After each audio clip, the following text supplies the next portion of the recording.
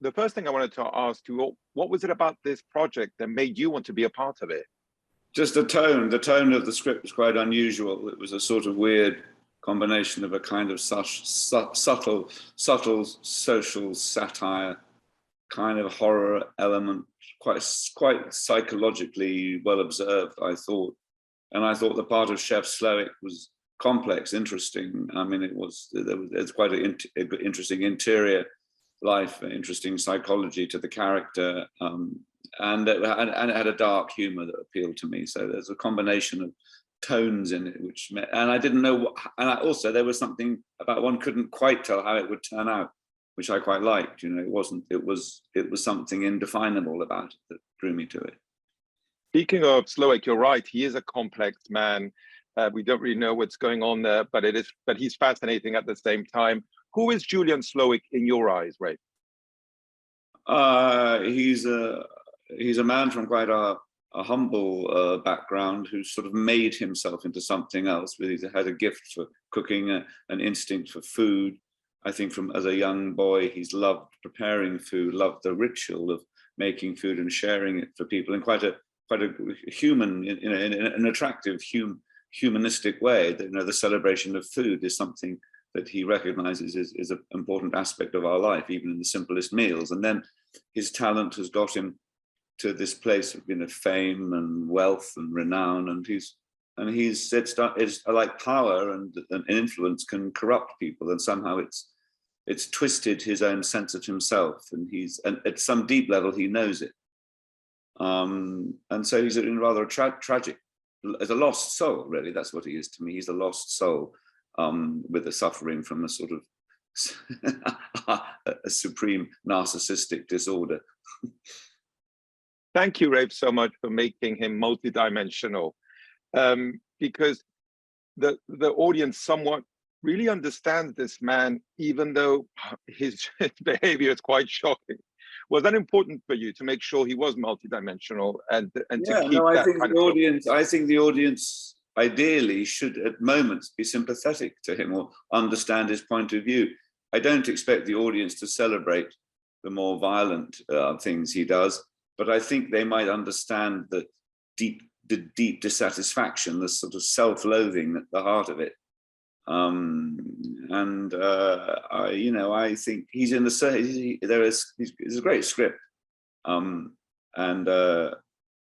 I think we get an insight into how he feels about a service industry where you're serving people something of real quality that they don't really appreciate. You know, they feel that their appreciation is related only to the size of the check they're paying at the end. Hence the elderly rich couple who he says, name one meal that you've had here. And they can't name a single meal they've had. And I think that's profoundly disappointing to him, that he's really believing he's offering something and that people don't really, they tick it off on their list of restaurants that they've been to. But he himself is guilty too of creating that kind of venue. So he's in a sort of psychic double bind. You know, he's created the high-end restaurant for those people whom he despises. So in that sense, he's lost. He's bought into fame, celebrity, extreme, high-end sort of status, cult status. And deep down, he knows it's not right. But he's lost in it, and that's why he's gone mad, really.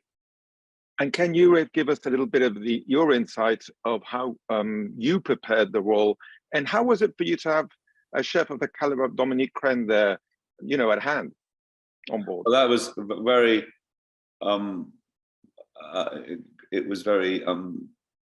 I really respected Mark Mylod's desire and celebrated Mark Mylod's instinct to have someone like that, to have a Michelin star chef being brought properly into the process and properly looking at our set and critiquing the set and offering suggestions. So Dominique, Michelin star chef from San Francisco, French-born, extraordinary woman, lovely presence, came to our set. She not only guided me in the sort of behavioral modes, if you like, the way how you would sort of conduct yourself in the kitchen if you are at that level, where you're not actually cooking so much, you're tasting. You have your sous chefs to actually prepare the food. So you're kind of like a high priest of the kitchen. But I understood from her that in her kitchen, certainly there's no Hitlerian screaming and shouting. There's the control, the authority is exuded, is manifested through calmness and through a deeper connection with all the chefs working for you. And I think that worked for the cult that the chef, I mean, there's one or two moments when I lose my temper, but very few. Most of the time it's this calm, ordered kitchen, slightly military in a way. I don't think that's Dominique's style. So I was having to learn from her things that were useful for me, but also to meld it into what Chef Slowik is.